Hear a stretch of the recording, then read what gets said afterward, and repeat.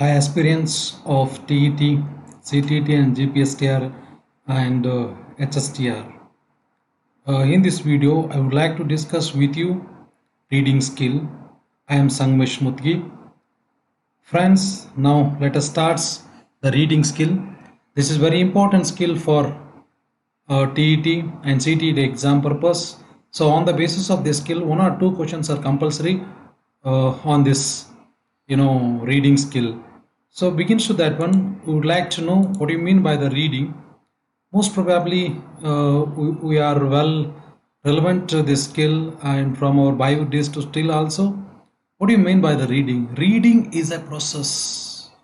Okay, reading is a process of looking at written symbols and letters and understanding the meaning of them. So here the reading is one of the process. That process going on through the looking. That what we will look the written symbols and letters. So then we will understand that one, the particular meaning of that one, a written symbol. So here also I am doing that one. Someone written symbols are there. That is the READING. So I am reading that now. Okay. So that's called as a reading. It's one of the four main skills of skills alongside listening. So apart from the LSRW, the reading is one of the third skill. So it is very important for the TET examination. Reading is a receptive skill in written form. It is a decoding process which enables the learners to exact thoughts, facts, and information from the printed symbols. Whatever I have given in the written and all printed thoughts, I am expressing through the my reading. So the reading, it will be, we will get the knowledge and the thoughts and the particular reading point and the what is the information of the that particular written symbols. Okay, so this is about the reading. The next one is the what are the different types of reading techniques. The first and the foremost, the reading, silent reading. Okay, the silent reading, it's the actual life of the most of student life and most of our life starts by the silent reading. So without making the sound, that's nothing but a silent reading. The silent reading enhance our skill of comprehension more meaning. Okay, the more, that's called as a silent reading. So our reading starts by the silently, without making noises, without making the sounds. That's called as a silent reading. The next different strategy of reading technique is a loud reading. So I am doing that one, I'm making something sound to, I'm reading someone whatever this PPT words and written symbols. Okay, the loud reading creates the sounds of a language that are significant for meaning. So I am making some sound. Okay, here I am producing some sound. The loud reading enhance the four enhance our pronunciations. Okay, if you read aloudly, or pronunciation will be increased day by day. Along with one, the it needs some pauses and makes the reader confidence, and proper method of reading can be learned by the reading loud. So the reading techniques, it increase when we start the reading aloud, it will be automatically increase our pronunciations, where we should use the pause, and what are the it increase the confidence of the reading. Okay, so along with these two, the very important for the TET and CTET all exam purpose, teacher exam purpose, intensive reading. So that intense word, it really indicates what I mean by the intense is nothing but, so particular purposes are there. Okay, intensive reading is short form or detailed reading. We'll call the intensive reading as a detailed reading. It involves close reading that aims at the accuracy of comprehension. So before comprehends anything, so when we start the reading something, it will be get the accuracy of comprehends. And here the reader has to understand the meaning of each and every word. So the reader, it will be read himself or herself thorough knowledge of that reading particular points. Okay, that's called the intensive reading is nothing but a detailed reading. Okay, the next one is extensive reading. So this extensive reading is a vice versa of intensive reading. So in the extensive reading, it's nothing but a non-detailed reading. Okay, so it's a non-detailed reading. The extensive reading, the lays more empathizes on fluency less than accuracy. So in the intensive reading, we will get the fluency, but we are lacking in accuracy. It usually involves the reading for pleasure. Okay, so reading a novel, that's nothing but a pleasure purpose. We will read that one, or fiction and non-fiction, like that. So the extensive reading, it works under the out of the classroom activity. Okay, out of the classroom activity, it is highly unlikely for the readers to take off the extensive reading of text. They do the not like that. Okay, so totally extensive reading is nothing but a non-detailed reading, or you should remember 2 points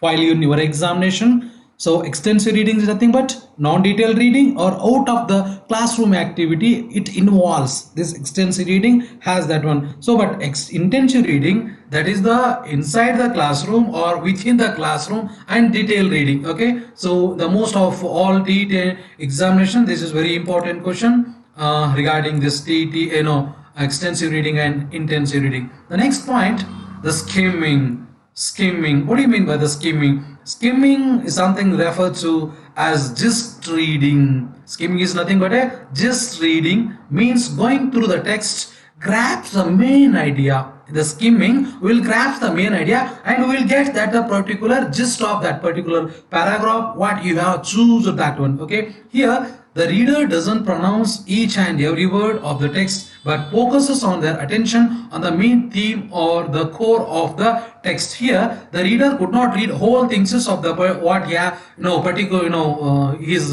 get given paragraph and whatever. Okay, but he will get the gist of that that particular point. That's nothing but a skimming. So for the example of the skimming is a skimming or reading magazines or newspaper and searching for the name in a telephone dictionary. It's a best example. Okay, telephone dictionary, just remember the skimming is nothing but a searching of a name in the telephone dictionary, because if you need only one name like Sangesh Mutgi, will directly goes to the SANGAMESH. Okay, we could not read the whole telephone book. Okay, like that. Even though magazines and newspaper, in the while newspaper, the youngsters will be automatically directly goes to the the sports magazine, and someone those who are reading the IAS KS exams, they will go through the page number 6 and like articles and all. So that's nothing but a just reading or grabs the main idea. Then next point is the scanning. What do you mean by the scanning? So that word, it indicates scanning. Okay, here the reader quickly slashes across the sentence to get a particular piece of information. Here we will get the in the scanning piece of information, just chunk of information.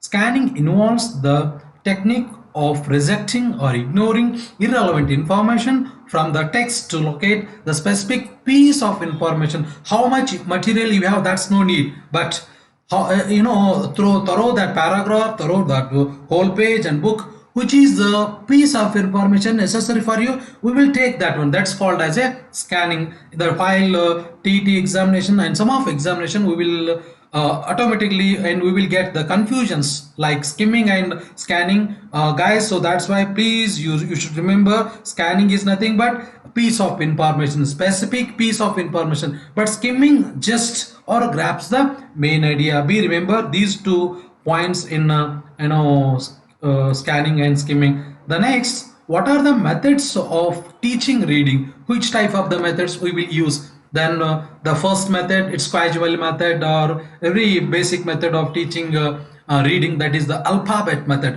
Not only in English language, in all languages, even though Kannada, English, Hindi, Marathi, Sanskrit, all languages, the reading starts by the alphabetic method. Okay, so thus be remember the alphabetic method, also the one of the oldest method in the reading. So here the students will be, pupils are made to memorize the letters. Okay, the pupils are the memorize the name of letters of alphabet in the sequential order. They like A, B, C, D, like that. In Kannada, E, like that. So sequential order, they will be remember that one. Next point is, and next method is the phonic method or symbolic method. So it is the next version of alphabetic method or symbolic method. Okay, then this method is considered as proved version of the alphabetic method. We will call this phonic method or symbolic method as the next version of the alphabetic method. Okay, the next method of teaching reading, the whole word method. Okay, here after the letter, after the symbolic, after the alphabet, we will join the words, okay, one by one, like WORD. Okay, later it will become a joint as a words, that's called as a whole word method. So the students couldn't pronounce like WORD. No, WORD is nothing but a word. Okay, like that. So we will start to using the words. Then next, sentence method. Sentence method is after the word method. It will be when we will joins the number of words, that will become a sentence. But that sentence that should be convey the proper meaning. That's called as a sentence method. Then fifth method is a story method.